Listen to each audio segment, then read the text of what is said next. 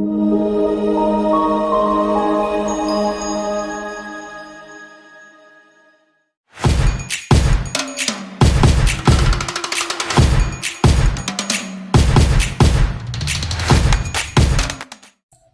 Tipers, kalian pernah nggak merasa presentasi sudah dipersiapkan dengan baik, tapi saat tampil justru ada kendala? Misalnya proyektor bermasalah, ruangan terlalu gelap, atau audiens malah kehilangan fokus.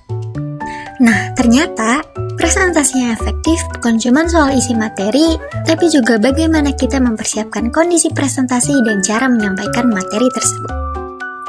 Pada video kali ini, kita akan membahas tahap presentasi yang efektif melalui dua aspek penting, yaitu setup dan delivery.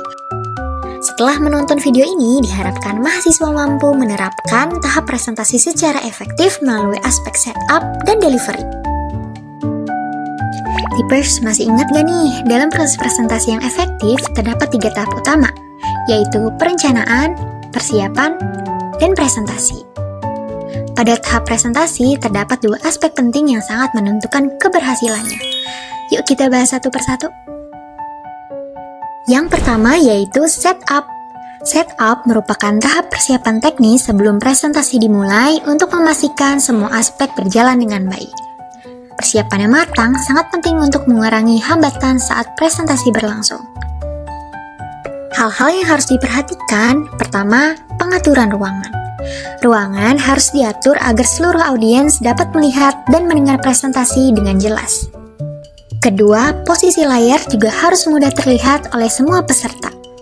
Selain itu, tata letak kursi dapat disesuaikan dengan jumlah audiens baik kelompok kecil, sedang, maupun besar.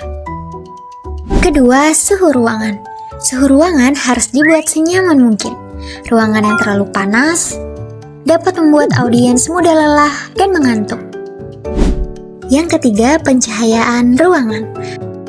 Ruangan idealnya cukup gelap untuk melihat proyeksi dengan jelas, tapi juga tetap harus cukup terang agar audiens dapat melihat presenter dan mencatat materi.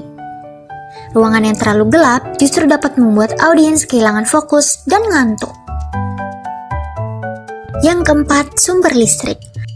Pastikan jumlah stop kontak mencukupi dan daya listrik mampu mendukung seluruh perangkat yang digunakan selama presentasi. Yang kelima, peralatan. Semua alat presentasi perlu diperiksa terlebih dahulu seperti laptop, proyektor, kabel, hingga remote presentasi. Yang terakhir yaitu keamanan. Kabel listrik dan audio perlu dirapikan agar tidak menyebabkan orang tersandung. Selain itu, jalur keluar ruangan juga tidak boleh terhalang agar kondisi presentasi tetap aman dan nyaman ya.